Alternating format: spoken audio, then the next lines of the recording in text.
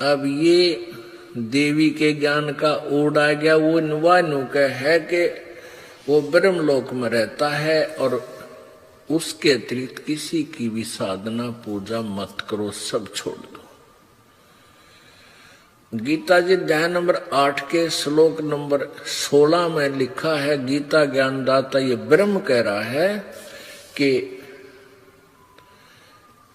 मेरी पूजा से पूर्ण मोक्ष नहीं है।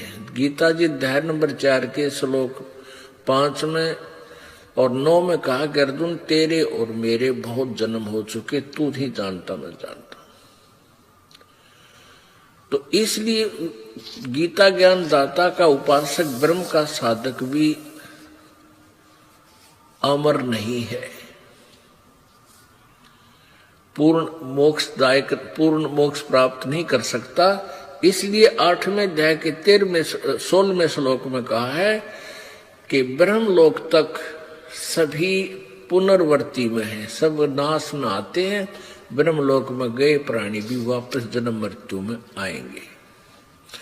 इसलिए वो कहता है कि 4थे अध्याय के 34वें श्लोक में कि उन तत्वदर्शी संतों की खोज कर जो गीता और वेदों से न्यारा ज्ञान देगा, उस परमेश्वर के बारे में बताएगा। और ओम तत्सत ये 3 मंत्र का जाप वो विस्तार से कोड वर्डों वाले को खोलकर यथार्थ नाम से आपको दीक्षा देगा। अपने मंत्र के विषय अपनी जाप वो भी खुद बता रहा है गीता ज्ञानदाता 8वें अध्याय के 13वें श्लोक में कि ओम इति एक अक्षर, ओम इति एक अक्षरम ब्रह्म व्यवहारन माम अनुस्मरण। माम माने मुझ, ब्रह्म माने ब्रह्म का, मुझ ब्रह्म का केवल एक ओम मंत्र है, उच्चारण करके सुमरण करने का ओम अक्षर, एक ओम अक्षर, नथिंग एल्स। और जो इसका यह प्रयाति तजन देहम सयाति परमाम गतिम, जो अंतिम सांस तक शरीर छोड़ने तक मेरे इस नाम का जाप करता है वो मेरे वाले लाभ को प्राप्त होता है, वो ब्रह्मलोक में आ जाता है। गीता जी अध्याय नंबर 8 के श्लोक नंबर 5 और 7 में गीता ज्ञानदाता कहता है मेरी भक्ति करनी है तो मेरा जाप कर, मुझे ही प्राप्त होगा, डोंट वरी, युद्ध भी कर। और उसका प्राप्त प्राणी कहां जाएगा? ब्रह्मलोक में।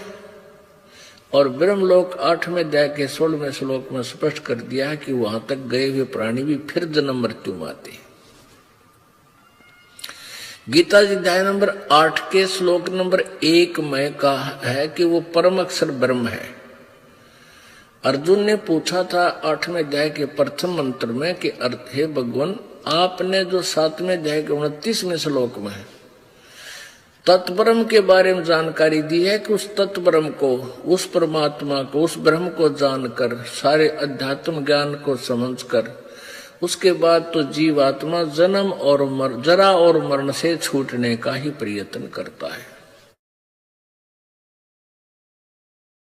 तो वो किम तत्ब्रह्म 8वें अध्याय के प्रथम श्लोक में पूछा, वो तत्ब्रह्म क्या है? तीसरे मंत्र में 8वें अध्याय के में गीता ज्ञानदाता ब्रह्म ने कहा वो परम अक्षर ब्रह्म है, जो ब्रह्म से भी ऊपर परम अक्षर यानी परम श्रेष्ठ अविनाशी परमात्मा उत्तम पुरुष है, तू अन्य है।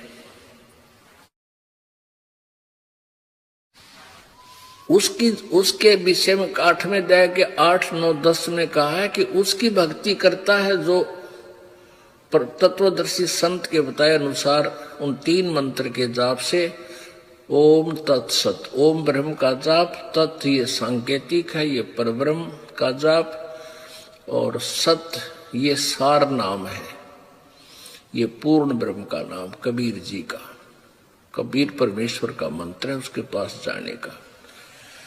तो इन 3 मंत्रों के जाप से जो जाप पूर्ण संत की शरण में जाकर के तत्वदर्शी संत से उपदेश लेकर के साधना करता, वो उसके शरण में उसको प्राप्त होता भक्ति की साधना से, भक्ति के बल से। यानी भक्ति की कमाई से। अध्याय नंबर 15 के श्लोक नंबर 1 से 4 में तत्वदर्शी संत की पहचान बताई है कि उल्टे लटके हुए संसार रूपी वृक्ष को जो बताएगा कि जड़ कौन है, तना कौन है, इसकी शाखा क्या है और पत्ता क्या है, तो परमेश्वर कबीर जी ने आकर स्वयं बताई थी अपनी महिमा, आप ही पूरे ब्रह्मांडों की रचना कि अक्षर पुरुष एक पेड़ है, निरंजन वा की डार, और तीनों देवा शाखा है, ये पात रूप संसार। ये परमात्मा अब कुर्बान है कबीर परमेश्वर जी के ज्ञान पर।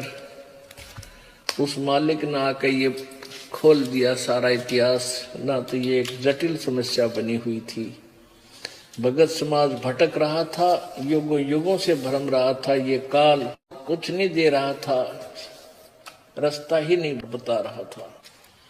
ये देखिएगा चित्र परमेश्वर कबीर जी द्वारा दिए गए उस 15वें अध्याय के प्रथम श्लोक का विवरण ये देखिएगा। ये एक वृक्ष है, ऊर्ध्व मूलम अधः शाखम। ऊर्ध्व माने ऊपर को, अधः माने नीचे को। ऊपर को जड़ वाला, नीचे को शाखा वाला।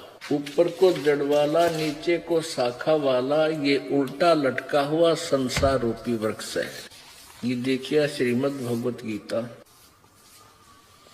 जयदयाल गोविंदका जी इसके अनुवादक हैं। गीता प्रेस गोरखपुर से ये प्रकाशित है। 15 अध्याय 15वां अध्याय का प्रथम मंत्र में इसमें क्या कहा है? ऊर्ध्व मूलम अधः शाखम। अधः माने नीचे को। अश्वत्थम प्राहु अव्यम छंदासी यस्य पर्णानि ये तम वेद स वेदवित्। इसका अर्थ है कि ऊपर को जड़ वाला, मूल माने जड़ है यानी मूल, और अधः शाखम नीचे को शाखाओं वाला। अश्वत्थम प्राहु अव्यम, ये अविनाशी पीपल का एक वृक्ष समझो। छंदासी यस्य पर्णानि, इसके पत्ते आदि सब भेद हैं, विभाग हैं, टुकड़े हैं। छंद माने टुकड़े। और ये तम वेद, जो व्यक्ति उसको, उस अज्ञान अंधकार में छुपे हुए इस परमेश्वर को के बारे में जानता है, वेद माने जानना, स वेदवित्, वह वेद के तात्पर्य को जानने वाला, अर्थात वो तत्वदर्शी संत है। इन्हीं के शब्दों में, अनुवादक के शब्दों में,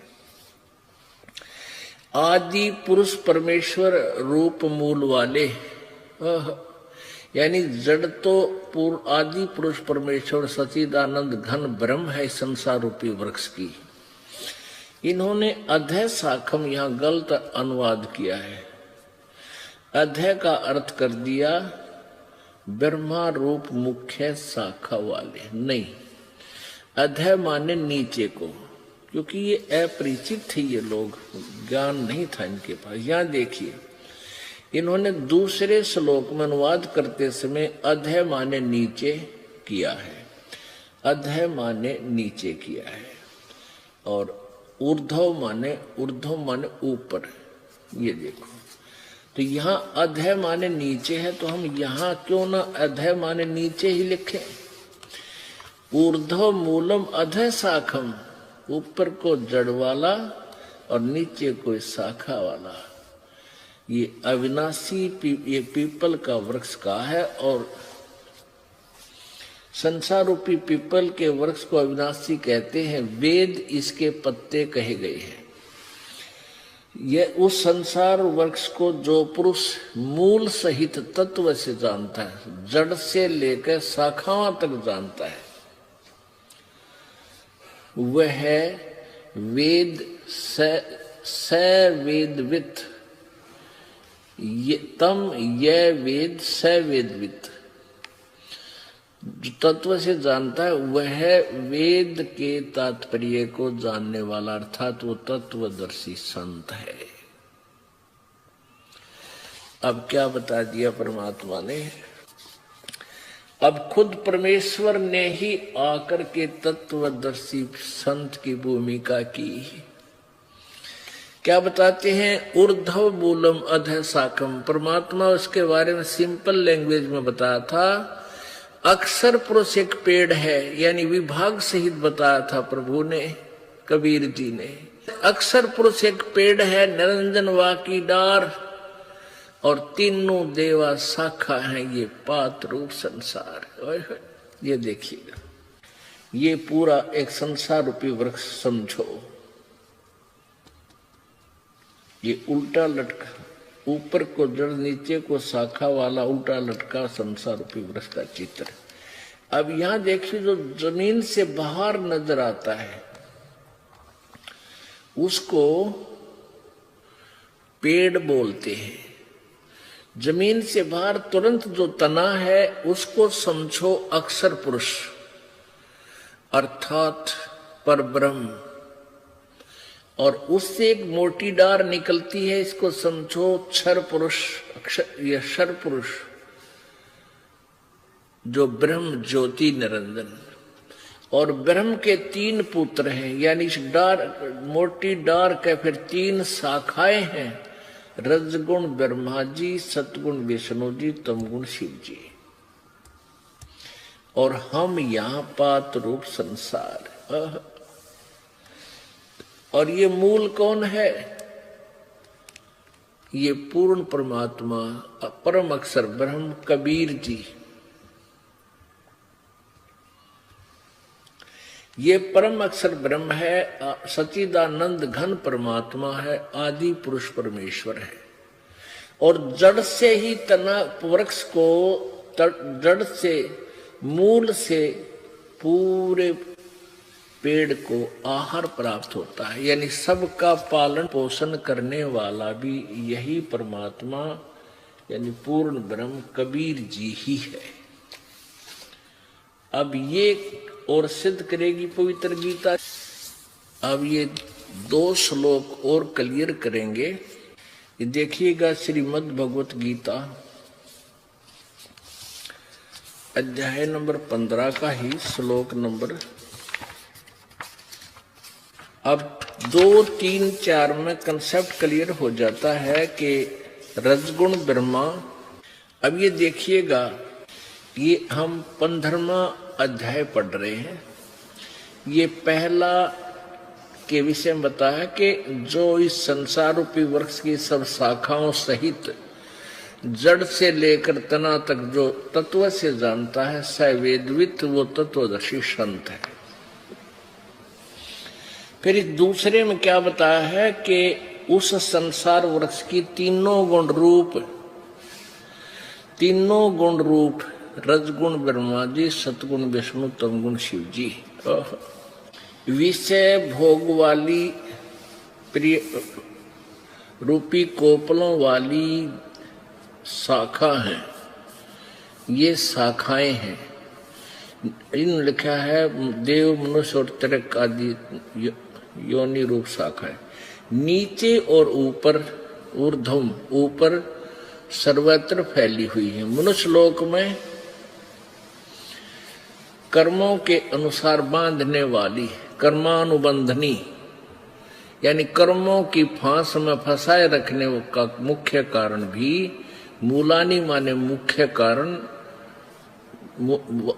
मुख्य जड़ भी नीचे और ऊपर सभी लोकों में व्याप्त हो रही है। अब यहाँ जो मूल का अर्थ है, मुख्य कारण है, ये ब्रह्मा विष्णु महेश तीनों गुण हमें बांधे रखते हैं। इसका मुख्य ये जड़ है, हमें यहाँ फंसाए रखने की मुख्य कारण है। इसका अर्थ ये है। अब यहाँ एक कंसेप्ट और क्लियर करना पड़ेगा कि रजगुण ब्रह्मा है, सतगुण विष्णु, तमगुण शिव जी, और ये तीनों नासवान है। तब आगे चलेगा ये प्रसंग।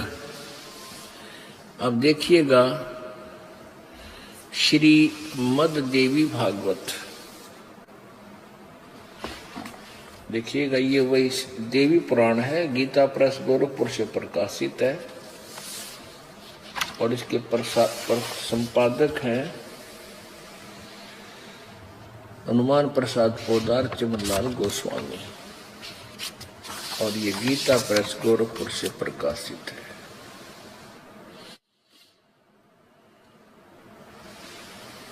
इसके 123 पृष्ठ पे है। अपरमात्मा कबीर परमेश्वर जी अपनी प्यारी आत्मा धर्मदास जी को समझा रहे हैं कि देख, खोल कर देख तेरी देवी पुराण को, उसमें क्या लिखा है। अब धर्मदास जी उनसे परिचित थे। ये देखिएगा, 3रा स्कंध और पृष्ठ नंबर 123 पे देवी भागवत। भगवान विष्णु जी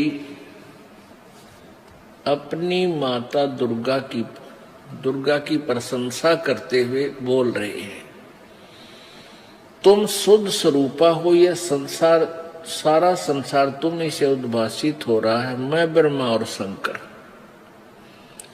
विष्णु ब्रह्मा और शंकर, हम सभी तुम्हारी कृपा से विद्यमान हैं। हमारा आविर्भाव यानी जन्म और तिरोभाव में मृत्यु हुआ करता है। हमारा तो जन्म और मृत्यु होता है। केवल तुम ही नित्य हो, जगत जननी हो, प्रकृति और सनातनी देवी हो। प्रकृति भी दुर्गा को कहते हैं। भगवान शंकर बोले, देवी यदि माँ भाग विष्णु तुम्ही से प्रकट हुए हैं तो उनके बाद उत्पन्न होने वाले ब्रह्मा भी तुम्हारे ही बालक हुए। फिर मैं तमोगुणी लीला करने वाला शंकर क्या तुम्हारी संतान नहीं हुआ? अर्थात मुझे भी उत्पन्न करने वाली तुम ही हो। शिवे, संपूर्ण संसार की सृष्टि करने में तुम बड़ी चतुर हो। इस संसार की सृष्टि, स्थिति और संहार में तुम्हारे गुण सदा समर्थ हैं। उन्हीं तीनों गुणों से उत्पन्न हम, रजगुण ब्रह्मा, सतगुण विष्णु, तम गुण शंकर, नियमानुसार कार्य में तत्पर रहते। इस पवित्र ग्रंथ ने, पवित्र पुराण ने 4 कंसेप्ट क्लियर कर दिए। एक तो ये है कि ब्रह्मा विष्णु महेश नाशवान है, इनकी जन्म और मृत्यु होता है। दूसरा ये कर दिया कि ये तीनों दुर्गा के पुत्र हैं। और तीसरा ये कर दिया कि रजगुण ब्रह्मा है, सतगुण विष्णु, तमगुण शिव जी।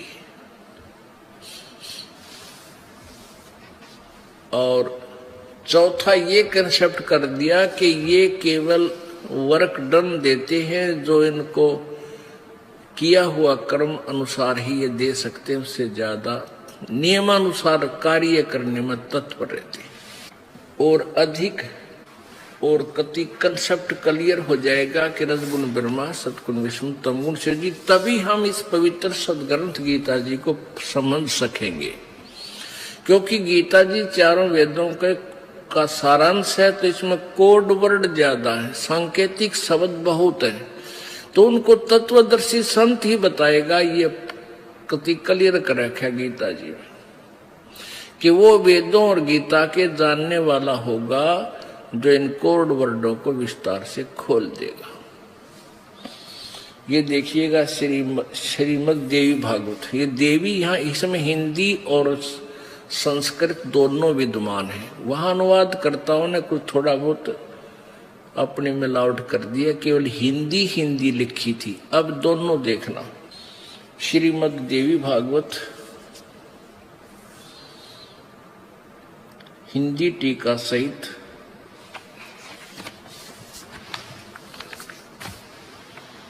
अथ देवी भागवतम सभाष्टीकम समात्यम, खेमरा श्री कृष्णदास प्रकाशन, बंबई 4।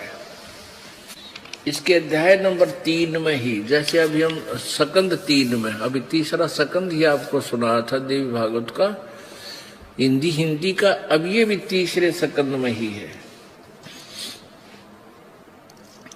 श्रीमद् देवी भागवते भाषा टीका युक्ते तृतीय स्कंद प्रारंभते। यहाँ संस्कृत भी सही है, लिखा है सहित है। ये है प्रश्न नंबर 11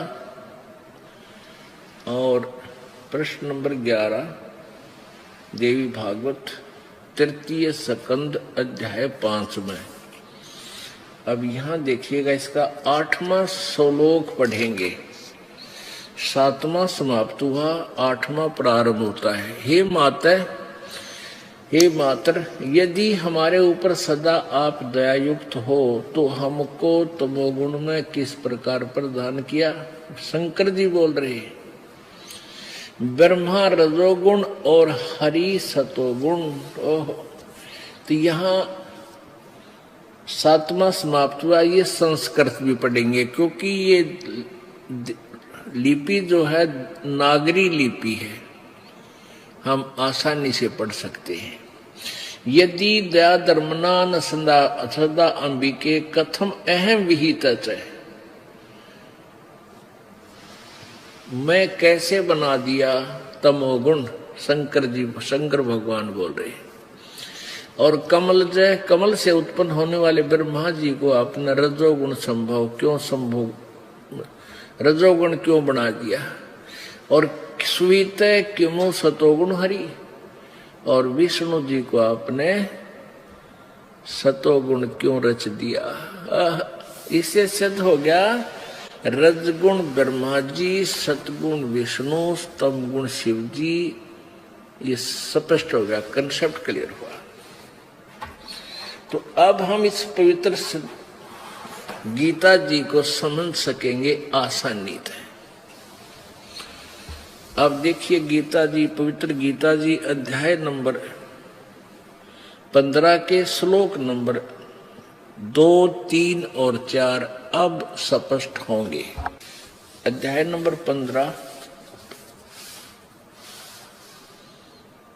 और श्लोक नंबर, यहां देखिएगा, अध्याय नंबर 15 और श्लोक नंबर हमने ये पढ़ लिया पहला 15वें का। वह वेद के तात्पर्य को जानने वाला जो जड़ सहित जानता है। अब दूसरे में गीता जी अध्याय नंबर 2 में उस संसार वृक्ष की तीनों गुण रूप रजगुण ब्रह्मा, सतगुण विष्णु, तमगुण शिवजी रूपी शाखा, ये जल से बड़ी हुई नहीं, ये इन्होंने गलत अनुवाद किया है। ये विषय वासनाओं वाली यानी विषय भोग वाली, ये विकारों वाली शाखाएं हैं। विषय विषय परवाला शाखा, बस इसका अर्थ है ये विषय विकार रूपी, ये तीनों गुण रूपी शाखा है। और नीचे और ऊपर, ये सर्वत्र ने शब्द नहीं है, ये गलत लिखा है। मूल संस्कृत में केवल ऊर्ध्व माने ऊपर ओनली, यानी इस पृथ्वी लोक पर ज्ञान बोला जा रहा था। गीता जी का ज्ञान पृथ्वी लोक पर बोला जा रहा था। ऊपर स्वर्ग में और नीचे पाताल, इन 3 लोकों पर ही ब्रह्मा विष्णु महेश जी एक एक विभाग के प्रभु हैं। रजगुण के ब्रह्मा जी, सतगुण विभाग के विष्णु जी और तम गुण विभाग के शिव जी। सर्वत्र नहीं, ये सर्वत्र शब्द इन्होंने अनुवादकर्ताओं ने किया, क्योंकि ये विष्णु श्री कृष्ण जी तो ऊपर और विष्णु से ऊपर को भगवान ने नहीं माने थे। अब देखो ऊपर, और केवल यहाँ कहना नीचे और ऊपर, या नीचे पाताल लोक में और ऊपर स्वर्ग लोक में और मनुष्य लोक में फैली हुई। और मनुष्य लोक में, इस पृथ्वी लोक पे कर्मानुबंधनी मूलानी, कर्मों के बंधन में बांधने वाली भी मुख्य कारण है यही तीनों गुण, रजगुण ब्रह्मा, सतगुण विष्णु, तमगुण शिव जी। और नीचे और ऊपर सभी लोकों में नहीं है, नीचे और ऊपर व्याप्त हो रही है। ऊपर स्वर्ग में और नीचे पाताल पर और पृथ्वी पे। अब तीसरे में कहा है कि इस संसार वृक्ष का स्वरूप जैसा कहा है, यानी संसार की जो सृष्टि मैं बता रहा हूं, यानी ये ज्ञान आध्यात्मिक दे रहा हूं, गीता ज्ञान कह रहा है, गीता ज्ञानदाता कह रहा है, मैं पूरी तरह परिचित नहीं हूं। ये जो गीता और गीता जी के जो ज्ञान का तेरा मेरी जो चर्चा चल रही है, विचार काल डिस्कशन हो रही है, इसमें मैं इस सृष्टि रचना को यानी सब ब्रह्मांडों के विषय में पूर्ण नहीं जानता। इसलिए कहा चौथे अध्याय के 34वें श्लोक में कि उस तत्वदर्शी संत की खोज करो जो उस परमेश्वर द्वारा दिए गए ज्ञान को विस्तार से बताओगा, जिसके विषय में चौथे अध्याय के 32वें श्लोक में कहा कि सच्चिदानंद घन की वाणी में विस्तार से लिखे गए हैं आध्यात्मिक अनुष्ठान और उनकी क्रियाएं, उसको तू तत्वदर्शी संतों को से जाकर समझ। वो तत्व ज्ञान है, परमात्मा की वाणी में लिखे हैं अलग से। तो यहां क्या कहता है कि संसार रूपी वृक्ष का जैसा स्वरूप मैं कह रहा हूं या सुना जाता है, मैं नहीं जानता। यहां विचार काल में तेरी मेरे डिस्कशन में ये स्पष्ट नहीं कर पाऊंगा। अब देखो इस संसार वृक्ष का ये तीसरा श्लोक है 15वें अध्याय का। इस संसार वृक्ष का स्वरूप जैसा कहा है वैसा यहां विचार काल में नहीं पाया जाता, क्योंकि न तो इसका आदि है और न अंत है, तथा न इसका अच्छी प्रकार स्थिति, यानी मैं नहीं जानता इसके बारे में। इसलिए इस सुविरूढ़ मूलम यानी ऊपर जो जड़ है वो अविनाशी है, मजबूत है, यानी अति दृढ़ है। उस मूल रूपी स्थान को और संसार रूपी पीपल के वृक्ष को, यानी उस पूरे इसके जानकारी के लिए दृढ़ेन असंग शस्त्रेन, दृढ़ असंग शस्त्रेन छित्वा। असंग, असंग का अर्थ है तत्व ज्ञान रूपी हथियार से, शस्त्र से काट के, यानी उस ज्ञान रूपी, उस तत्व ज्ञान रूपी मजबूत यानी अडिग सत्य ज्ञान रूपी, तत्व ज्ञान रूपी शस्त्र से काट कर, अर्थात उसको समझ कर, उसको समझने के पश्चात अब चौथे अध्याय में 15वें अध्याय का श्रीमद् भगवत गीता का ये 15वां अध्याय का और चौथा श्लोक है, जो बहुत कंसेप्ट क्लियर करेगा। ये चौथा श्लोक है 15वें अध्याय का। उसके पश्चात गीता ज्ञानदाता कहता, उसके पश्चात जब तुझे तत्व ज्ञान मिल गया, उस परम पद रूप परमेश्वर को भली भांति खोजना चाहिए, जिसमें गए हुए पुरुष फिर लौटकर संसार में नहीं आते, और जिस परमेश्वर से इस संसार रूप, पुरातन संसार रूपी वृक्ष की प्रवृत्ति विस्तार को प्राप्त हुई, अर्थात जिसने सब ब्रह्मांडों की रचना की है, उसी आदि पुरुष नारायण के मैं शरण हूं। इस प्रकार दृढ़ निश्चय करके उस परमेश्वर का मनन और निधि ध्यान करना चाहिए। इसे सिद्ध हो गया कि गीता ज्ञानदाता से कोई और भगवान है जो जहां जाने के बाद फिर लौटकर संसार में नहीं आते। गीता जी अध्याय नंबर 15 के श्लोक नंबर 16 और 17 में 3 भगवान बताए हैं, 3 प्रभु। ये देखिएगा अध्याय नंबर 15 और श्लोक नंबर ये 16वां है, ये वाला यहां से दिखाएंगे। ये 16वां मंत्र है, द्वौ इमौ पुरुषौ लोके सर च अक्षर, सर च अक्षर एव च सर्वाणी भूतानि कटुस्थ अक्षर उच्यते। हम इसको संत लैंग्वेज में क्षर बोल दें समझाने के लिए, क्षर, और इसको अक्षर बोल देते हैं संतों की वाणी में। यह सर तो नासवान, अक्षर तो अविनाशी होता है। अब इसका अर्थ क्या है? दो भगवान बताए हैं इसमें, लोक वेद के आधार पे दो प्रसिद्ध हैं। इस संसार में नासवान और अविनाशी भी दो प्रकार के पुरुष हैं। पुरुषों माने प्रभु हैं, क्योंकि भगवान की महिमा चल रही है, आदमियों की थोड़ी। ये दो प्रकार के पुरुष हैं, और संपूर्ण प्राणियों के शरीर नासवान और जीवात्मा विनाशी कहा जाता है। यानी ये क्षर पुरुष और अक्षर पुरुष, क्षर पुरुष ये ब्रह्म है, अक्षर पुरुष ये परब्रह्म है। और इनसे, इन दोनों से अन्य है कोई वास्तव में अविनाशी परमात्मा। 17वें में कहा कि उत्तम पुरुष तु अन्य परमात्मा इति उदाहरते। ये लोक तरम अविश्य विभर्ति अवय ईश्वर है।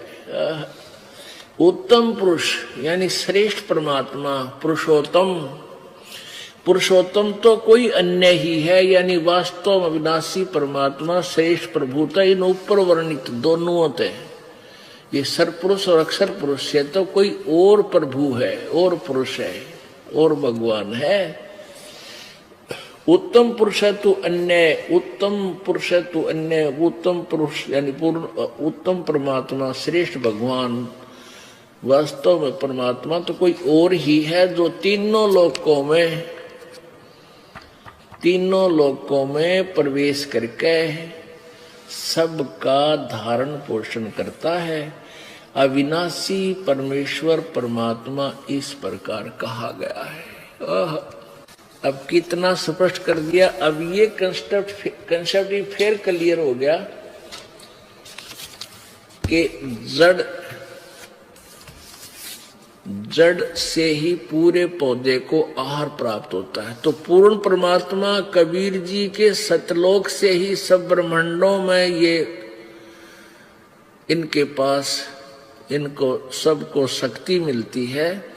ये सभी साधना करते हैं। ये ज्योत स्वरूपी अलख निरंजन धरता ध्यान हमारा, कबीर भगवान कहते हैं गोरखनाथ जी को कि तरह ये 21 ब्रह्मांड का भगवान भी मेरी भक्ति करता है, तब मैं इसको कुछ टुकड़ा डाल देता हूं भक्ति के बदले में, तब ये अपने ब्रह्मांड चला रहा है। अब जड़ से खुराक चली तना में। अब देखिएगा, अब पूर्ण परमात्मा से ये तीनों लोकों में प्रवेश करके सबका धारण पोषण यही परमेश्वर करता है। कबीर जी ये पूर्ण ब्रह्म कबीर साहेब।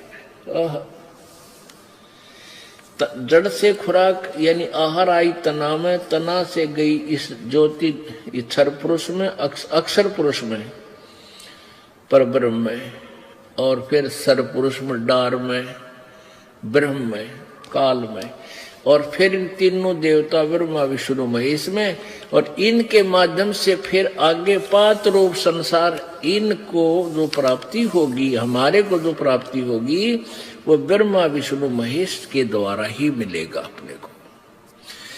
अब जैसे ये अनजान संत जो हिंदू धर्म के प्रवर्तक बने, हिंदू धर्म के जो मार्गदर्शक बने बैठे हैं, वो कहते हैं रामपाल तो निंदा करता है देवी देवताओं की। अन्यो ना बेरा रामपाल तो ज्यों की तो बतावा है, जैसा देवी देवताओं के बारे में उनकी जीवनी में लिखा है। ये देखिएगा,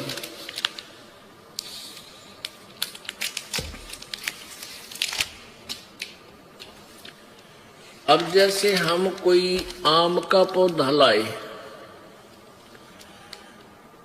नर्सरी से, उसको लाकर कैसे बीजेंगे?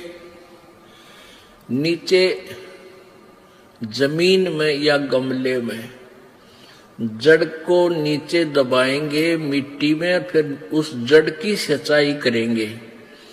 तो जड़ से की सिंचाई करने से पूरा पौधा पेड़ बन जाओगा, प्रफुल्लित हो जाओगा और फिर टहनिया का फल अपने आप लगेंगे। ये देखिए,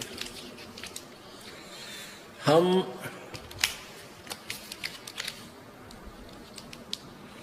ये पौधा लाए आम का, ये देखिएगा, और इसको लाकर हमने जमीन में ऐसे गाड़ दिया गमले में। ये तो फॉर एग्जाम्पल दिखा रहे आपको।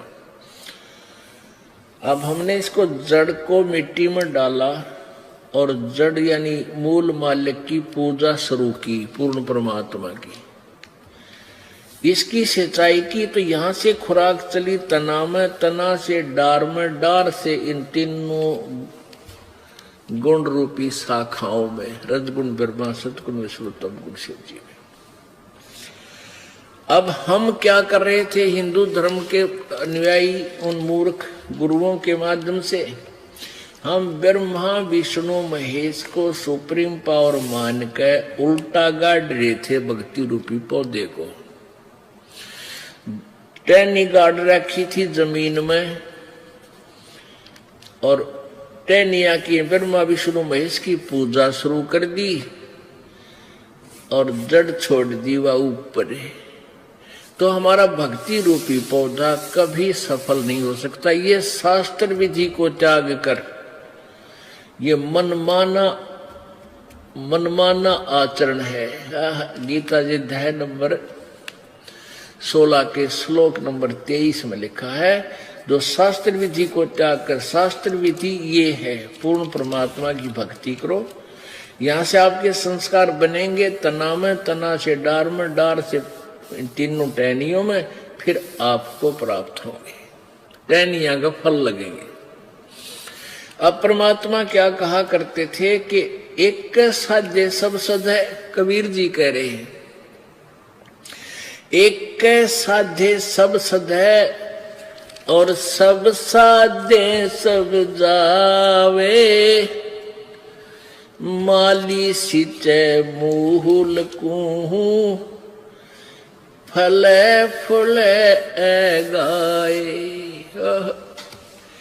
एक साध्य सब सद है, यानी इस एक की साधना पूजा से ये सारा भक्ति रूपी पौधा हरा भरा हो गया और ये सब साधने से नष्ट हो जाएगा। तीनों टहनियों की पूजा करने से ब्रह्मा विष्णु महेश की पूजा करने वाले मूर्ख होते हैं। दास नहीं कह रहा, नाराज ना हो, अभी लालटेन दिखाऊंगा। अब देखिए, अब यहां ऐसे कर, दास कह रहा है कि आप जी ऐसे किए हुए हो और परमेश्वर ने बताया कि आप इसको ऐसे कर लो, बस ये ब्रह्मा विष्णु महेश रूपी हमें टहनियां फल देंगी, क्योंकि हमारे संस्कार बनकर इन्हीं के पास आएंगे और ये ब्रह्मा विष्णु महेश ही हमें वर्क डन देंगे जैसा हमने कर्म किया है। अब लालटेन दिखाता हूं। पुण्यात्मा, दुख मत मानना कि ब्रह्मा विष्णु महेश की पूजा करने वाले मूर्ख होते हैं। दास नहीं कह रहा, पवित्र श्रीमद् भगवत गीता जी का अध्याय नंबर 7 कह रहा है। ये देखिएगा, ये श्रीमद् भगवत गीता जय दयाल गोविंद का जी इसके अनुवादक हैं और गीता प्रेस गोरखपुर से ये प्रकाशित है।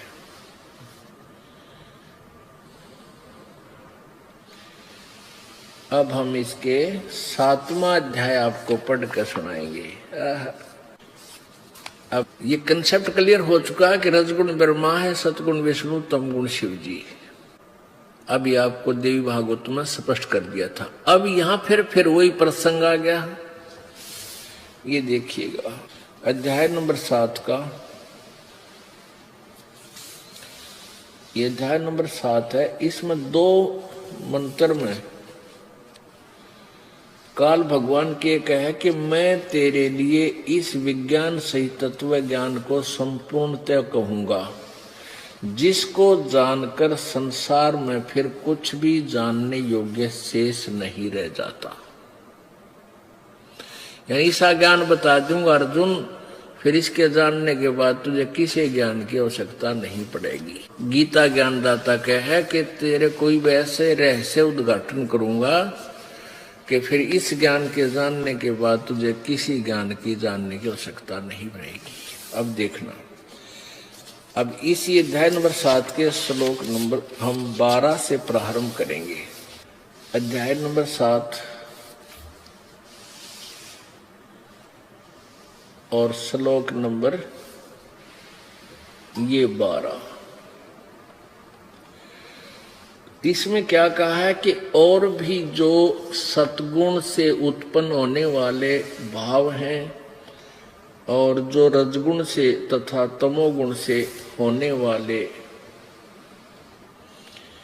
भाव हैं, उन सब को तू मुझसे होने वाला ऐसा जान, परंतु वास्तव में उनमें मैं और वे मुझ में नहीं है। अब तीनों गुणों रजगुण ब्रह्मा, सतगुण विष्णु, तमगुण शिव जी से, रजगुण ब्रह्मा से उत्पत्ति, सतगुण विष्णु से सतिथि और तमगुण शंकर से संहार जो हो रहा है, कहते इसका मुख्य कारण मैं हूं, काल बोल रहा है।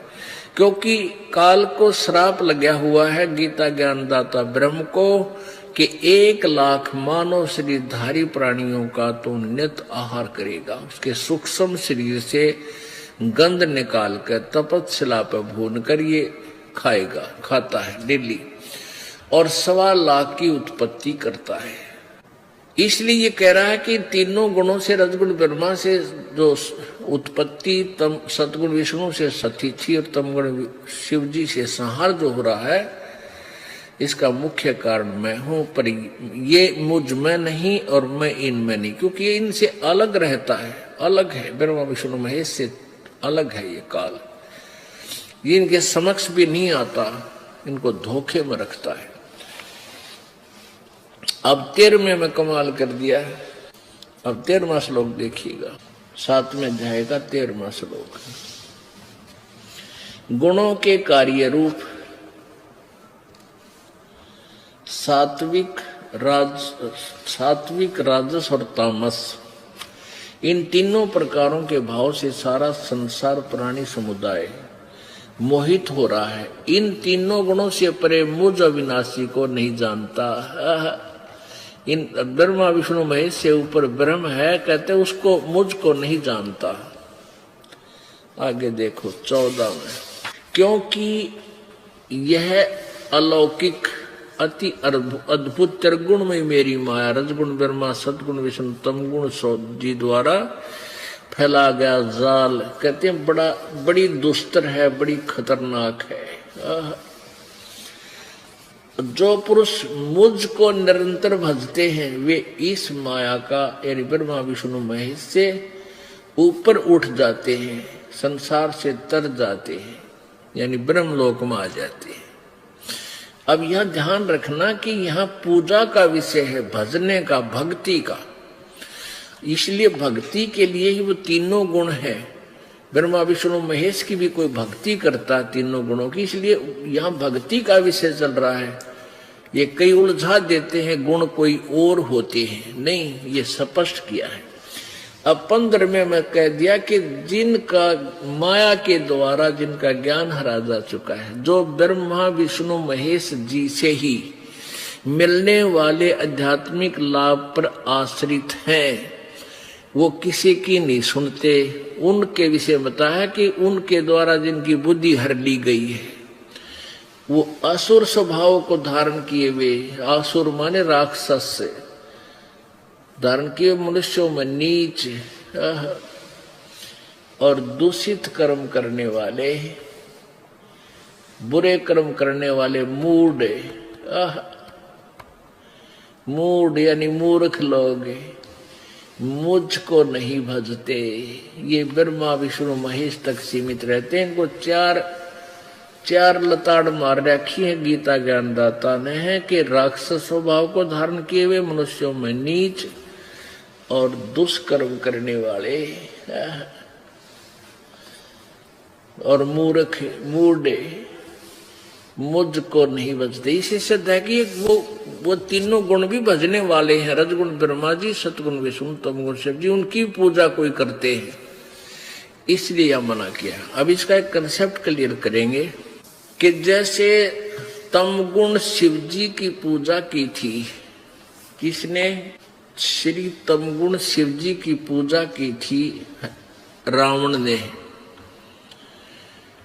और रावण क्या कहलाया? सर्वविदित है, राक्षस कहलाया। पूरे कुंबा गानी करवा दी और अपनी ही माता को, त्रिलोक की माता को, सीता जी को, अपनी मां को उठा ला और उससे दुष्कर्म करने की चेष्टा की, लेकिन वह देवी शक्ति युक्त थी, वो नीच सफल नहीं हो पाया और कुत्ते वाली मौत मारा गया। इसी प्रकार एक भस्मागिरी नाम का साधक था, तपस्वी था। ये गिरिपुरी और नागा ओगड़, ये सारे शिव, नाथ कनपाड़े, ये सारे शिव जी के उपासक होते हैं, तमगुण शिव के। और वैष्णव जो होते हैं, ये विष्णु जी के उपासक होते हैं।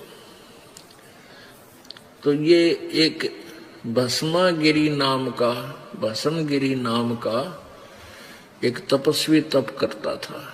भगवान शिव जी के कैलाश पर्वत पर उसके द्वार के सामने उसने धरना दे दिया, ऊपर ने पैर नीचे ने सिर करके तपस्या शुरू कर दी। 12 वर्ष के बाद पार्वती जी के कहने से भगवान शंकर तमगुण ने पूछा कि बोल क्या मांगता है बच्चा। अब बच्चा बोला कि वचनबद्ध हो जा गुरुजी, भगवान जब मांगू। भस्मगिरी बोला। भगवान शंकर बोले भाई ठीक है, मैं वचनबद्ध हो गया। तो खड़ा हो गया जब छोड़ के साधना, और कहने लगा कि ये भस्म कड़ा दे दे जो तेरे हाथ में है। भगवान शंकर जी ने सोचा भी तपस्वी साधु है, जंगल में रहता है, हिंसक पशुओं के भय से, राक्षसों के डर का मारा अपनी सुरक्षा के लिए मांगता होगा, निकाल कर दे दिया। ले बेटा तथास्तु। अब ज्यों ही उस दुष्ट के हाथ में वो कड़ा आया, भस्म कंडा, कहने लगा ले ओले शंकर होशियार, दांत आसन लग गया जैसे अभद्रांसी ये खलनायक करते हैं। हा हा हा हा, ले होशियार, तुझे मारूंगा, पार्वती को अपनी पत्नी बनाऊंगा। अब शंकर जी की घिघी बंदगी। अब शंकर जी ने देखे सच में दुष्ट तारिया निकट, एकदम भाव बदल गया उसका, बोली से पता लगे तो दुष्टता पा चुका है। तो श्री वो भगवान तमगुण शंकर जी वहां से दौड़ दिए। अब शंकर जी आगा गए, वो उपासक पाछे पाछे खका ठारे। अब जाइए भगवान शंकर जी अविनाशी होते तो भागते क्यों? दास नहीं कह रहा, शिवपुराण में दिखाऊंगा आपको। शिवपुराण में लिखा है, इनकी जीवनी में लिखा भगवानों की में। फिर कहते हैं भगवान विष्णु ने आकर मोहनी वो पार्वती रूप बनाया, क्योंकि तो पार्वती के चक्कर में नीच कर्म कर रहा था, अपनी मां के ऊपर आसक्त हो गया। भगवान मानर भगवान की पत्नी के ऊपर दुष्कर्म करने की नीयत से तप कर रहा, और शंकर भगवान नहीं जान सके। इससे सिद्ध है कि ये अंतर्यामी भी नहीं है, ब्रह्मा विष्णु महेश जी। अंतर्यामी होते तो जान लेते ये दुष्ट क्या बकवास कर रहा है, इसका 2 मारते गेर का जूत उड़ा। तो इससे फिर भगवान विष्णु ने पार्वती रूप बनाया, वहां प्रगट हो गए। उसने दूर से दिख गए काल, उस भस्मागिरी ने वहीं डट गया, लाग गया ब्रेक। और पार्वती रूप में भगवान कहने लगा भाई आ जाओ अब शंकर जी तो आ नहीं सकता तेरे पास, आप और हम दोनों ही रहेंगे। अब हो गया भस्मासुर तराज जी। कहने लगी कि अब डांस करके दिखा मुझे, डांस कर। अब वो भस्मागिरी बोला जी मैं तो तपस्वी आदमी था, मैंने डांस नहीं आता। तो पार्वती रूप में भगवान बोले ले मैं डांस करना सिखाती हूँ तेरे को, इस हाथ को ऐसे कर, इस पैर को ऐसे कर, और ऊपर कर, और ऊपर कर, जैसे मैं कर रही वैसे कर। जो ही उसने सिर पर हाथ किया भगवान बोले भस्म, वो मर गया। भस्मा सुर कहलाया, भस्मा गिरी ते भस्मा असुर कहलाया। अब पुण्यात्माओं, गीता जी का ज्ञान गलत नहीं पर समझनीय गलत है। वेद कतेब झूठे ना भाई, और झूठे हैं जो समझे नहीं। जब परमात्मा ने ये सारा ज्ञान खोल कर धर्मदास जी को बता दिया, कबीर परमेश्वर जी ने, तब धर्मदास जी बोले हे भगवान फिर ये वेद और कतेब तो झूठे हैं, क्योंकि उनको दिखा नहीं था वेद वेदों को, वैसे वर्बली बताया था। फिर बताया कि बेटा वेद कतेब झूठे ना भाई, झूठे हैं जो इनको समझे नहीं। इनमें सब वेद हमारा भेद है, मैं मिलो वेदन में नाही, और जौन वेद से मैं मिलूं वो वेद जानते नहीं। अब एक उदाहरण और देते हैं आपको। जैसे रजगुण ब्रह्मा जी की तप साधना की थी, रजगुण ब्रह्मा जी की साधना की थी हिरण्यकशिपु ने, और वो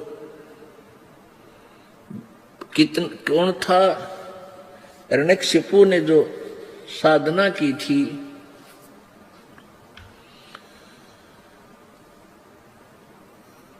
ब्रह्मा जी की, और के बना अपने पुत्र का शत्रु हो गया प्रहलाद का, और वो जुल्म किए, राक्षस कहलाया और कुत्ते वाली मौत मरा।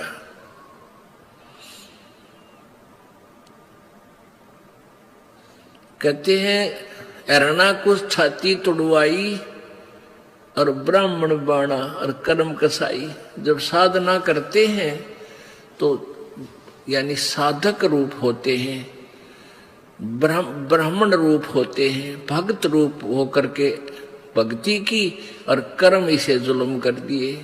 कहते हिरण्याकुश छाती तड़वाई और ब्राह्मण बाणा और कर्म कसाई। कर्म तो दुष्टों वाले, ऊपर तो भगत बन के सिद्धियां प्राप्त कर लेते हैं, फिर ऐसी दुष्टता पर आ जाते हैं।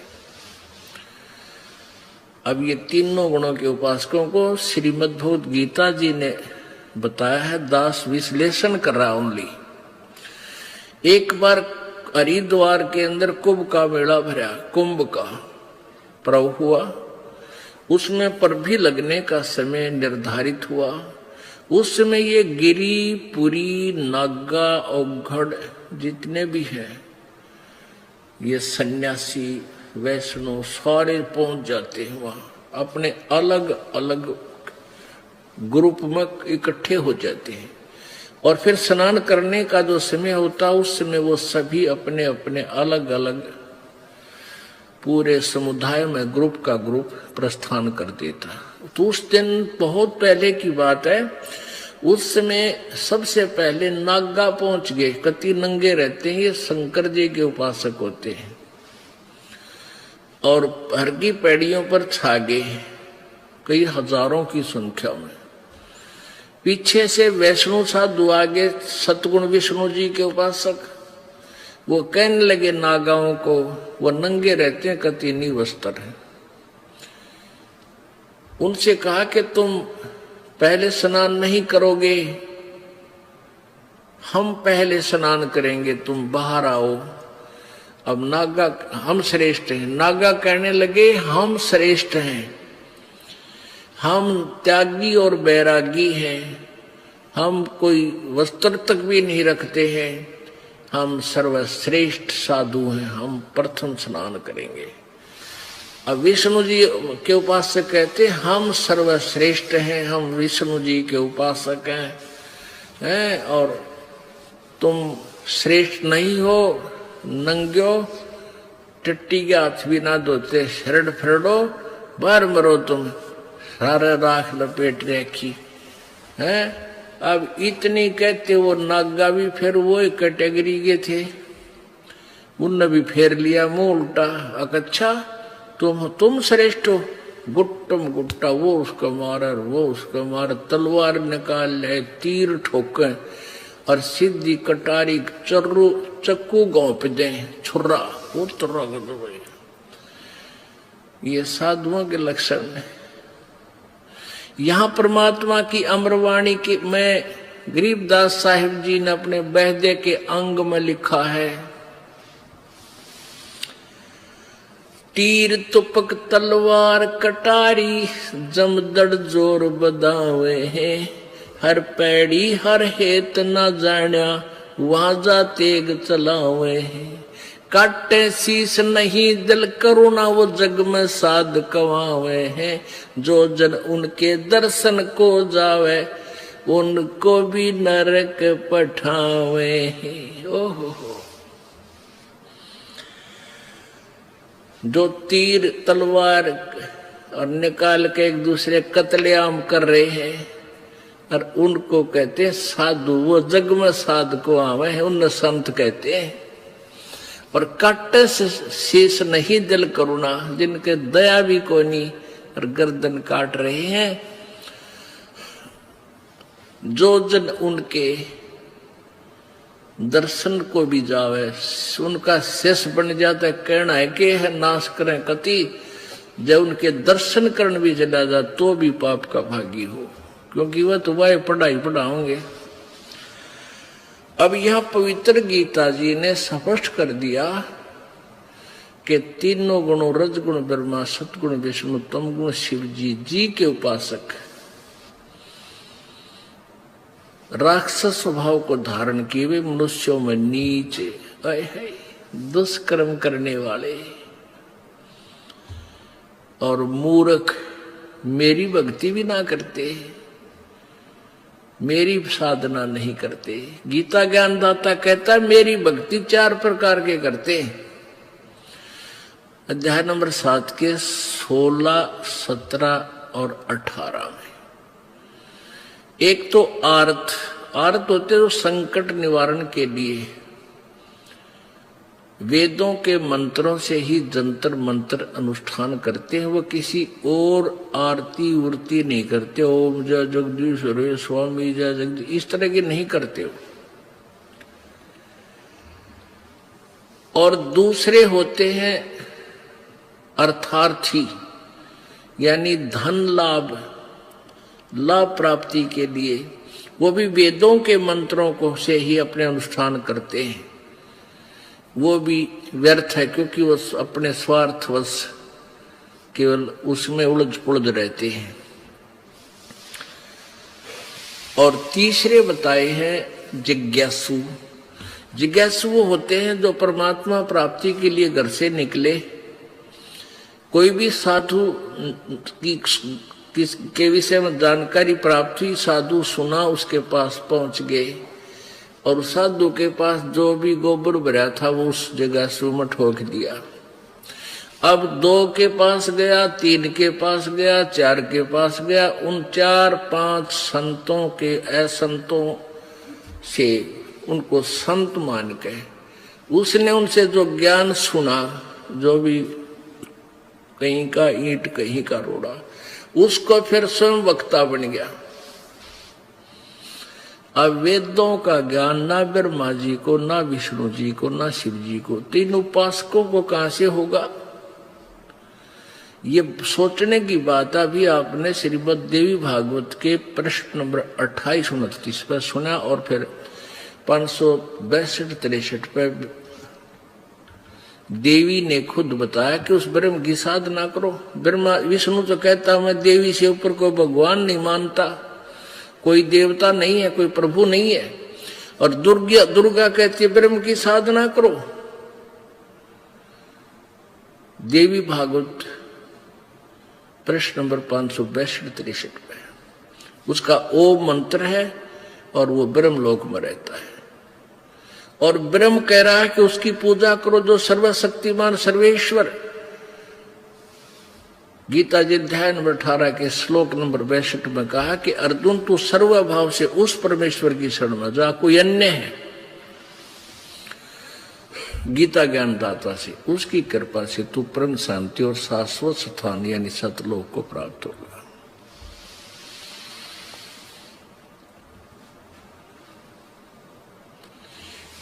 अब इससे क्या हुआ? वो जिज्ञासु कौन था? वो जिज्ञासु ने जैसे भी वो नकली सकली संत मिले, जो भी उन्होंने वेदों के बारे में जानकारी उल्ट सुलट दी, वह ग्रहण कर ली और खुद वक्ता बन गया और चेले बनाने लग गया। अब गीता ज्ञानदाता कहता वो भी मेरे लिए रिजेक्टेड है, वो अच्छा आदमी नहीं, वो भी अपने जीवन व्यर्थ कर रहा है। और चौथे पर है वो ज्ञानी आत्मा। ज्ञानी आत्मा कौन बताई? जिनको ये पता चला कि मनुष्य जीवन बार बार नहीं मिलता, इसका मूल उद्देश्य ही परमात्मा प्राप्ति है, नथिंग एल्स।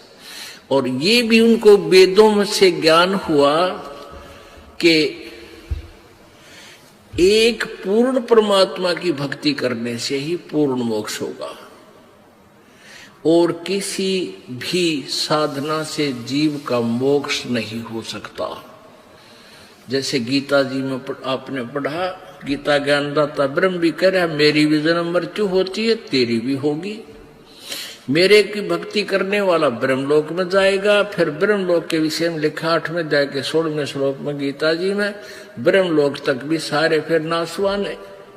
इसलिए कहा कि अविनाशी तो उसको जान, दूसरे अध्याय के 17वें श्लोक में, जिसके मारने को कोई भी समर्थ नहीं है। और 18वें 17वें 15वें अध्याय के 17वें श्लोक में कि वो वास्तव में अविनाशी है।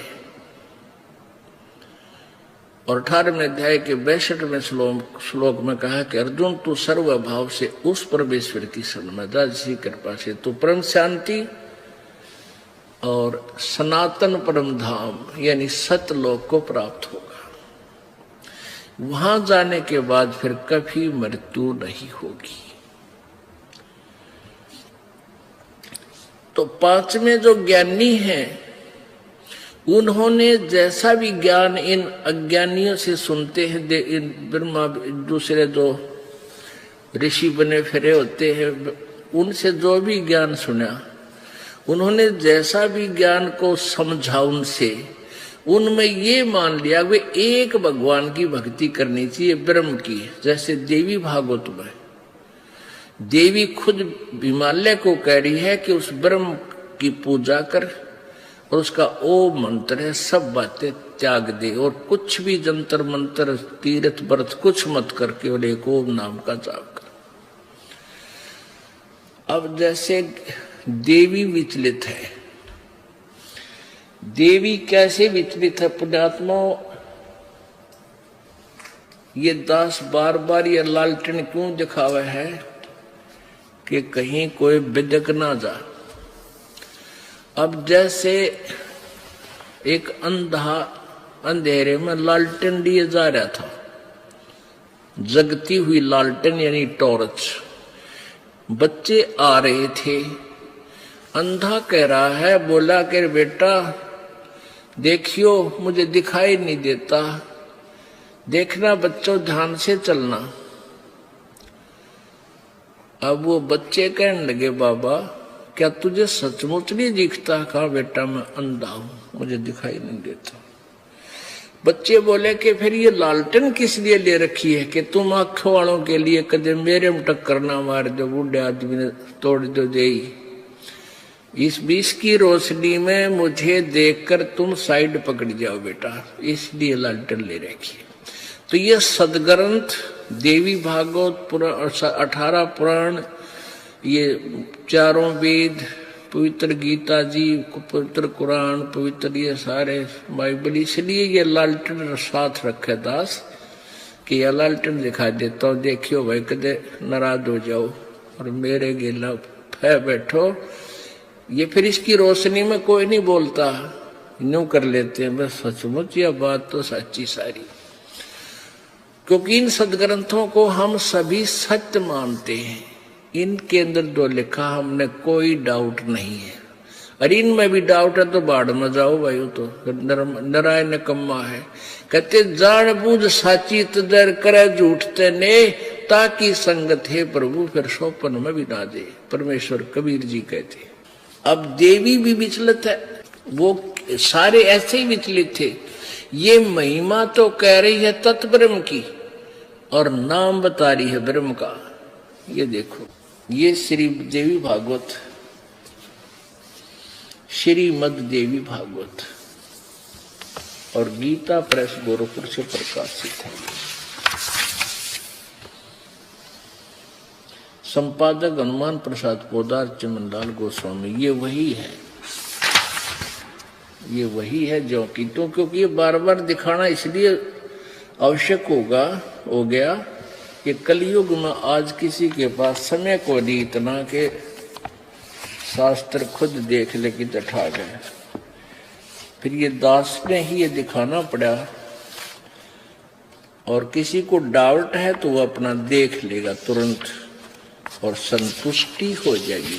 अब देखना, अब यहां पर ये है 7वां स्कंद संक्षिप्त देवी भागवत 562 पे। अब यहां पर देवी बता रही है, हिमालय को ज्ञान दे रही है। देवी द्वारा हिमालय को ज्ञानोपदेश, ब्रह्म स्वरूप का वर्णन, ब्रह्म के बारे में बता रही है। उस ब्रह्म का क्या स्वरूप है यह बतलाया जाता है।